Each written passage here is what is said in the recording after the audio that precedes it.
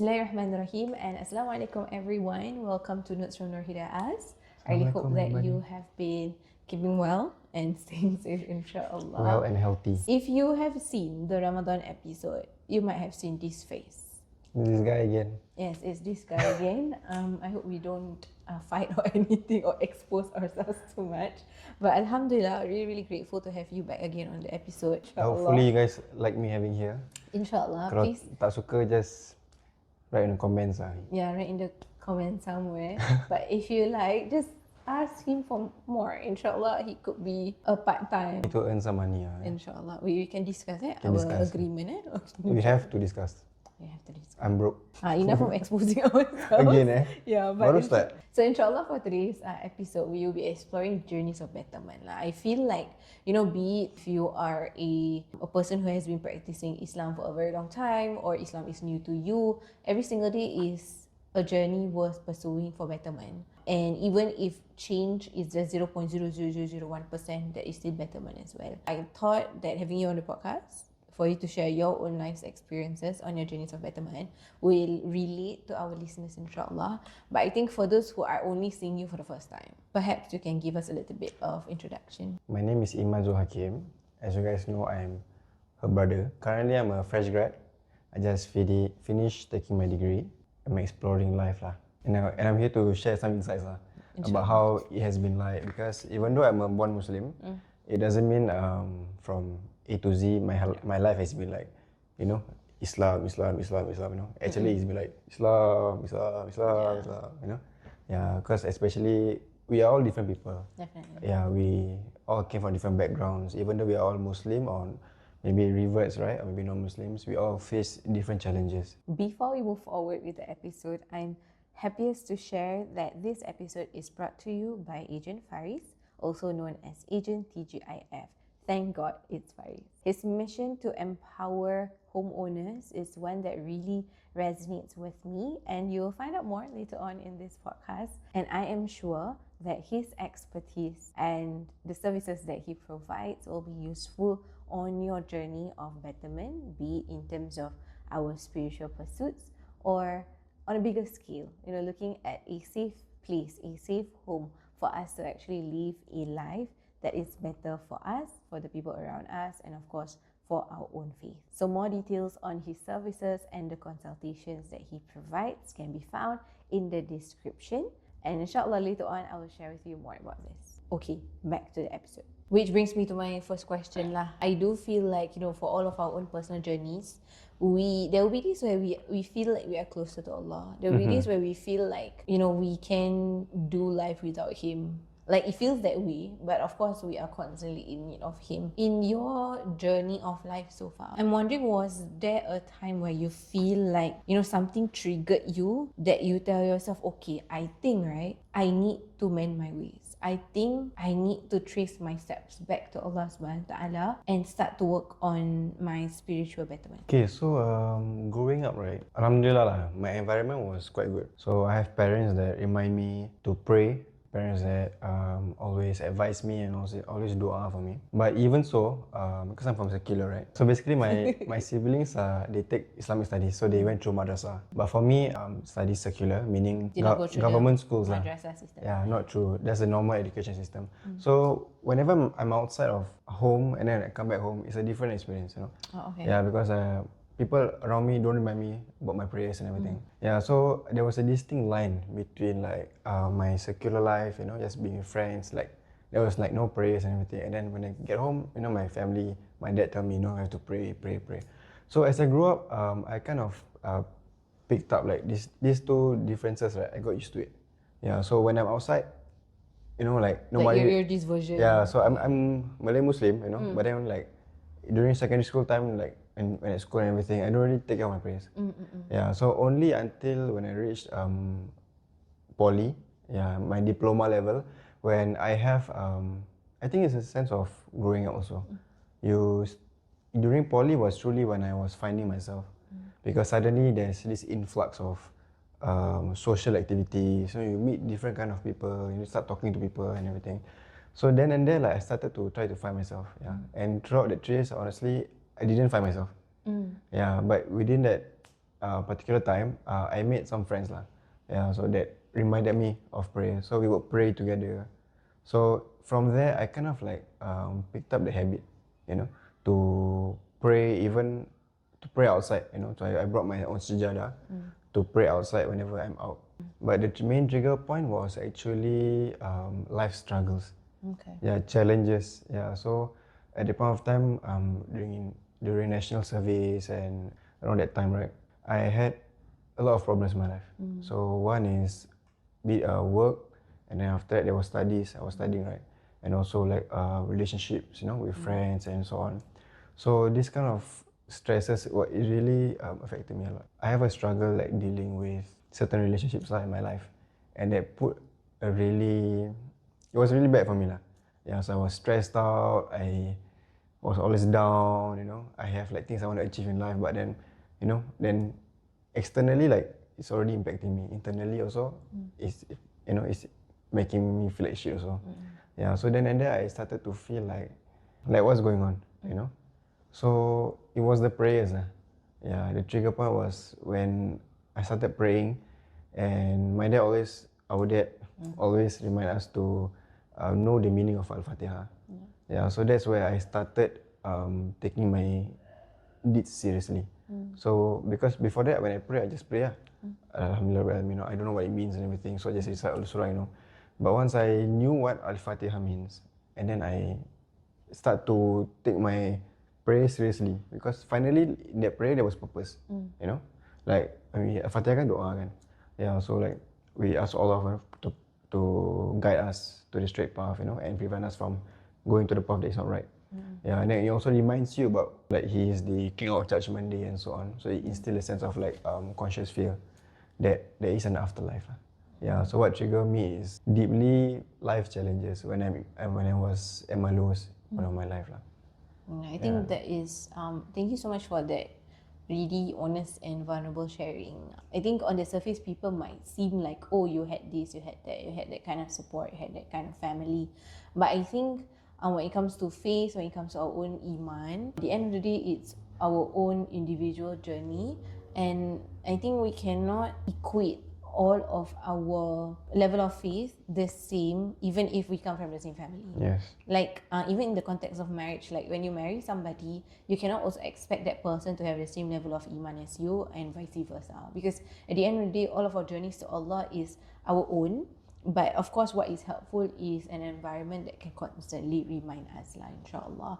So I really love the part where you mentioned about life's hardships, life struggles. I think there will be times where Allah just pushes you to the very edge and you feel like, there is nothing left, but you begin to see that, hey, there is a way out, and that is Allah subhanahu wa ta'ala. But sometimes, different people are different.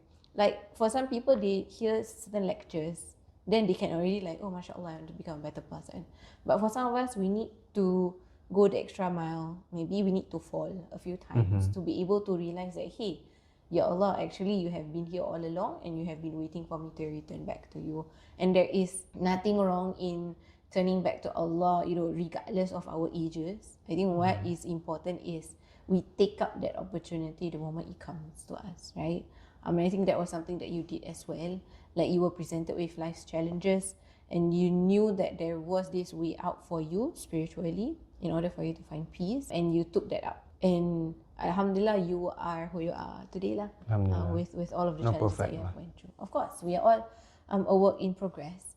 But you mentioned earlier, right, about some of the years while you were in your tertiary studies, you tried to find yourself. And would you say that at this moment in time, you have found your true self? I feel like I have found, I think at least 50%. Yeah, but I mean, you can't tell because your time you will change. People do change, and usually it's for themselves. But currently, I'm quite content with the internally what I found in myself. But to say I've truly found myself, I would say no, because I think I still lack some experiences in life To make a comparison, back then I was always wandering around, and I think this is what the reason was. Being an extrovert, I kind of care what people's opinions are. Although I don't have really good communication skills back then, I always try to please people. Yeah, so in every friend group I have, I always overthink about small things, the things I say, things I do. And then every time I do something, I will look at somebody how they react. You know, like if they react in a positive way, then okay, I feel good. But if they react in a very subtle, like negative way, then I will feel like shit. You know, so that was a very bad habit I have, and it also stems from the fact that I did not have sense of self. Yeah, so I don't really know like what's going on with me, what I actually wanted and all. I was just looking out for like what people thought about me. Yeah, and that was something that I developed throughout the years lah. What helped me develop that was also Allah lah, of course kan. But in a more dunia context is that the challenges lah again. Like challenges really mold you as a person.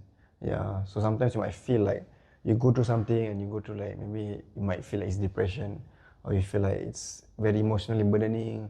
You know, it's through those times when you are down, you can truly find yourself.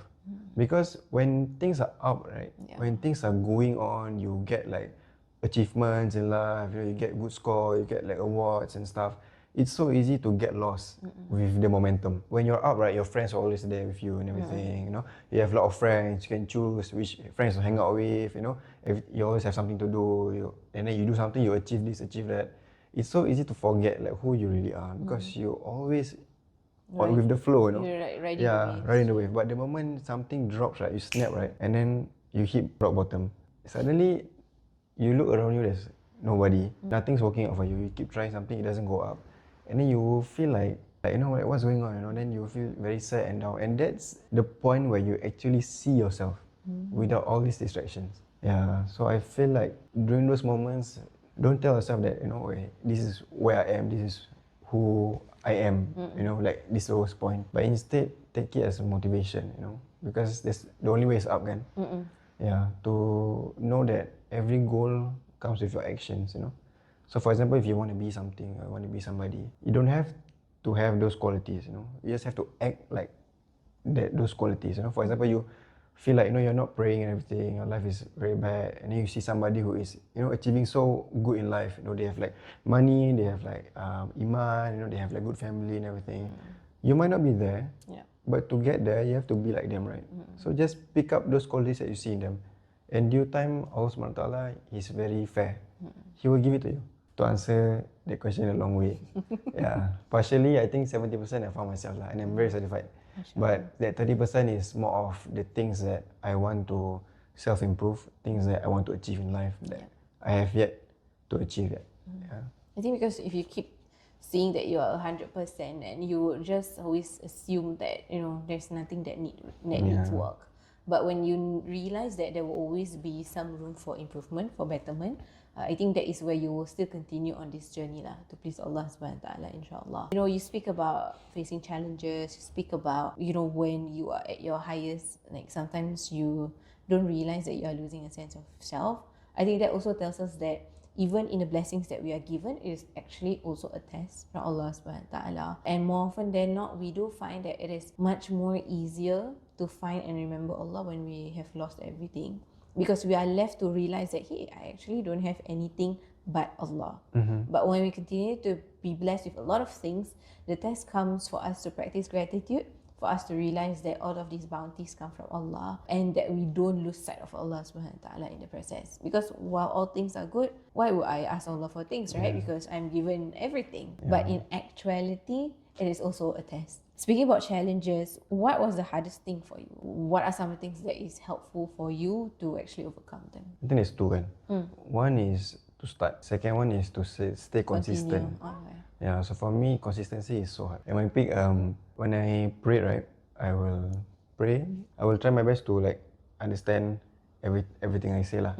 And I'm super conscious of like my prayers. So when I'm praying, every moment I tak hayal. You know, I'm not distracted.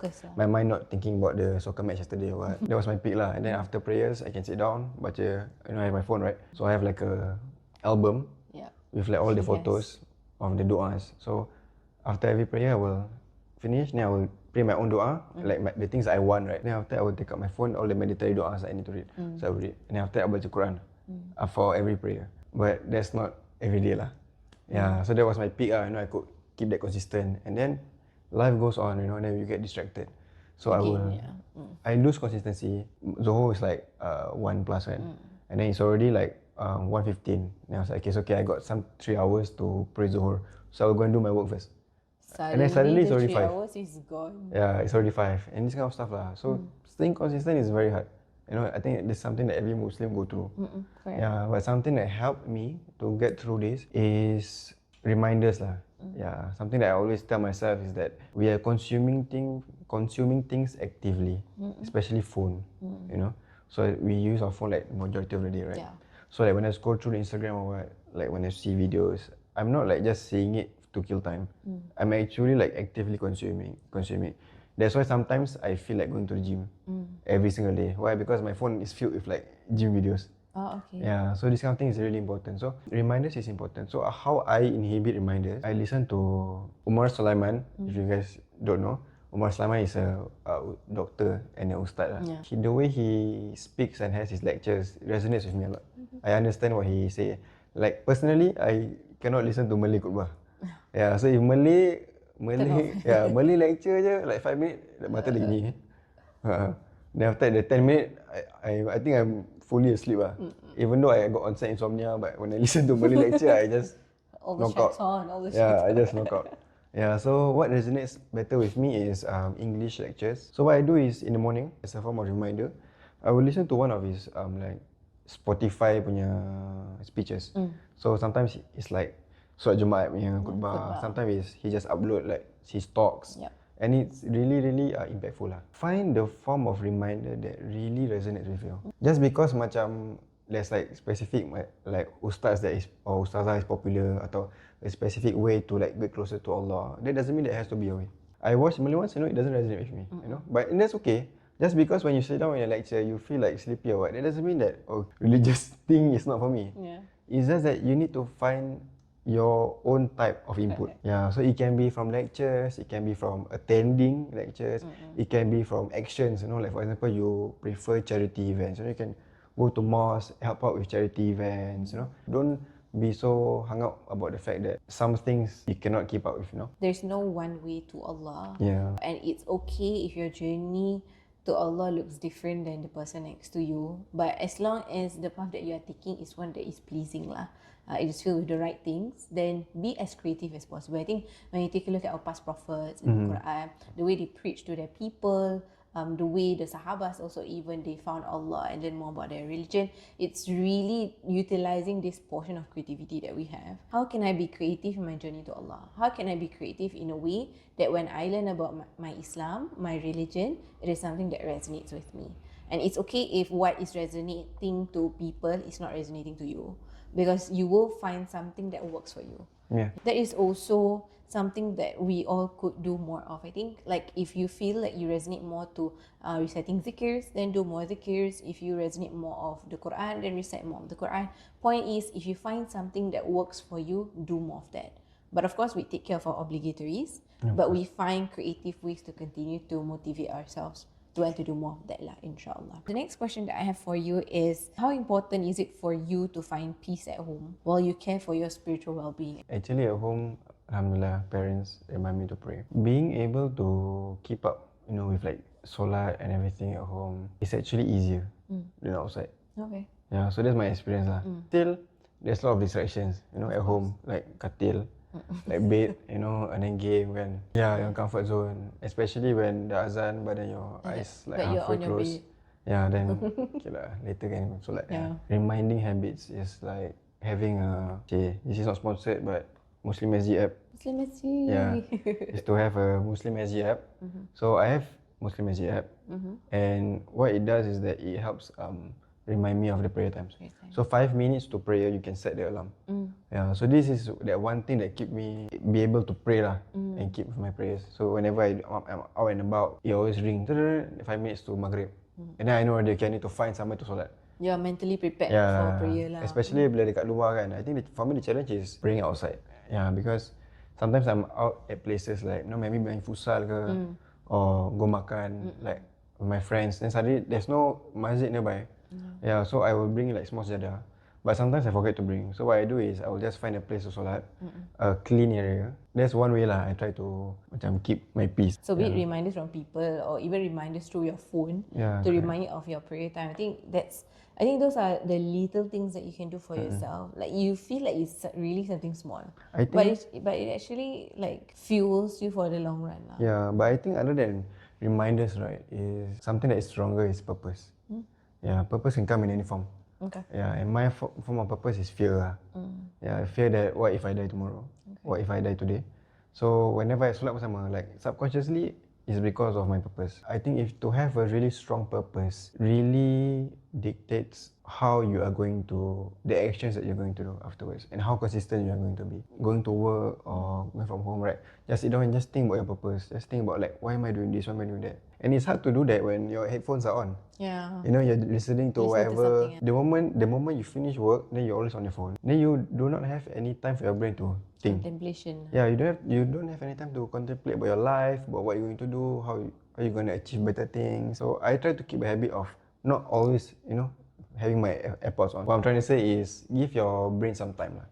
Give your brain and your heart some time, to just zone out, And we have a lot of that. Correct. Just that we always trying to do something. Yeah, nowadays we allergic to boredom, man. Boredom, yeah. Yeah, we are allergic to boredom, so we always try to find something to do to kill time. And it's so accessible. Yeah, but what you're taking away from yourself is self-reflection, which is very important as a human being. MashaAllah. So I think finding the space to do contemplation, self-reflection is important. Finding the time, making the time for that is also important. And I don't know if you know this, but in the Quran, there's more than 80 places in the Quran that Allah tells us to think, to reflect, to contemplate, to ponder upon things. And imagine, it's more than 80 times in the Quran. And that just tells us how Allah emphasizes the importance of utilizing this part of our brain to actually think about our purpose and to think about things that we don't usually think about as we continue to rush through life lah. So I hope that we can make time for more contemplation, more reflection. For it is definitely better for us, and it is something that has been practiced by Rasulullah himself, right? Even before he was appointed by the Prophet of Allah. MashaAllah, I hope that you have found benefit in our conversation thus far. Now, before we proceed towards the end, which is the highlight of today's episode, I just want to bring us back to the point that this episode is brought to you by Agent Fariz, or also known as Agent TGIF. Thank God it's Fariz. Embarking on your spiritual journey often means embracing change. As you evolve, you'll begin to realize that your living space also needs a change too. And this is where I'm really, really happy that Agent TGIF or Agent Fariz is a big part of today's episode. His mission is to empower homeowners with transparent consultancy, detailed financial analysis, and client education for informed property decisions. Agent Fariz has also authored 3 books on real estate, which is really, really useful for those of you who are looking for resources to better equip yourself with the understanding of home ownership. And I am sure these guidebooks will be useful for you in your home buying journey. So insyaAllah, to make the right move and achieve your property goals, take this opportunity to contact Agent Fariz, and all of his details will be shared in the description. So thank you so much, Agent TGIF, for being a big part of this episode. Okay, now back to the last most important part of this conversation. So, which brings me to the last question for today. Some friendly advice or friendly reminder for youths, I guess, especially who are seeking betterment. We have to know why we are doing it. So back to purpose again lah. So to really know why you want to be a better person, because sometimes you have this reason that, for example, we see somebody else is being better, then you want to be like them, kan? But actually, that's not the reason.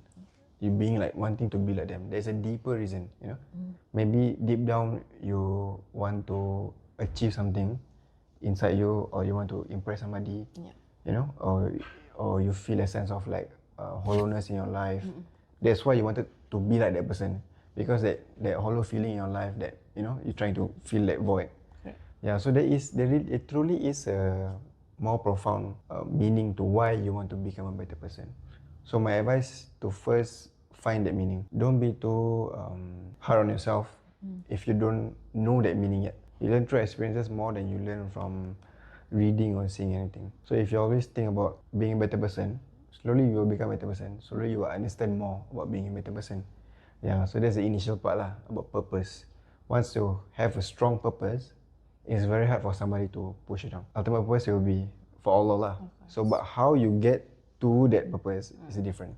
Everybody have their different ways. And secondly would be to surround yourself with good people. Although that is actually quite challenging because of kita punya schedule, our lifestyle, our current circle of people. Sometimes it's not easy to just find. Because sometimes you approach certain groups pun, like supposedly groups that is good for you, but you don't click with them. You know? So sometimes it's hard to find true friends that support you in a positive way. Build that as a person first. Because you will attract what you are. And lastly, take care of your prayers, take care of Allah's rights. Allah will take care of you. And at the end of it pun, like for example, if Allah gives you so many challenges, then there's always benefit from it. And you know that you are not at a loss. Because for example, if you die tomorrow, if you don't like give your all, in your deen, in your life, you know that at least, I take care of my prayers. I'm safe there.